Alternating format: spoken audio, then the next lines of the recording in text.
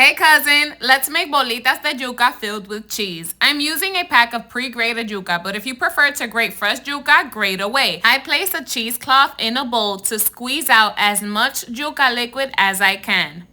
And right before I start, I preheat my pot on medium-high and I fill it 1/4 of the way with oil. I add 3 tablespoons of softened butter, a teaspoon of salt, a tablespoon of sugar, and 2 tablespoons of all-purpose flour to my yuca and combine.